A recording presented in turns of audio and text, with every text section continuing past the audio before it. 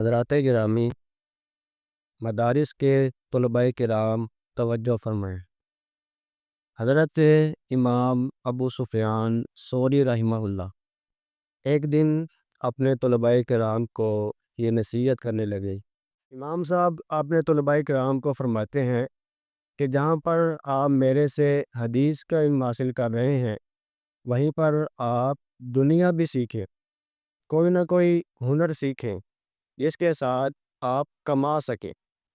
آپ کی ذمہ داری صرف یہ نہیں ہونی چاہیے کہ آپ نے صرف دین سیکھ لیا ہے اور آپ پھر اسی دین کو سیکھ کر اس کی اشاعت میں ہی لگ جائے۔ یہ تو بہت اچھا کام ہے کہ بندہ دین سیکھ کر دین سکھائے، لیکن آج کل کے حالات کے اندر خصوصاً بندے کا معاشی حالات کا بہتر ہونا انتہائی زیادہ ضروری ہے کہ وہ خود مالی لحاظ سے مضبوط ہو، تاکہ وہ اس معاشرے کو فیس کر سکے اور اس معاشرے کے لوگوں کو دین کا علم دے سکے۔ یہ ہر ایک طالب علم کے لیے ضروری ہے۔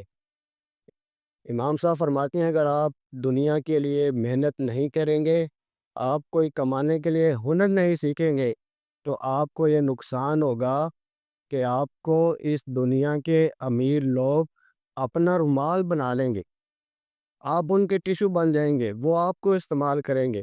حالانکہ ایک جو دین کا طالب علم ہوتا ہے وہ وقت کا امام ہوتا ہے، رہنما ہوتا ہے۔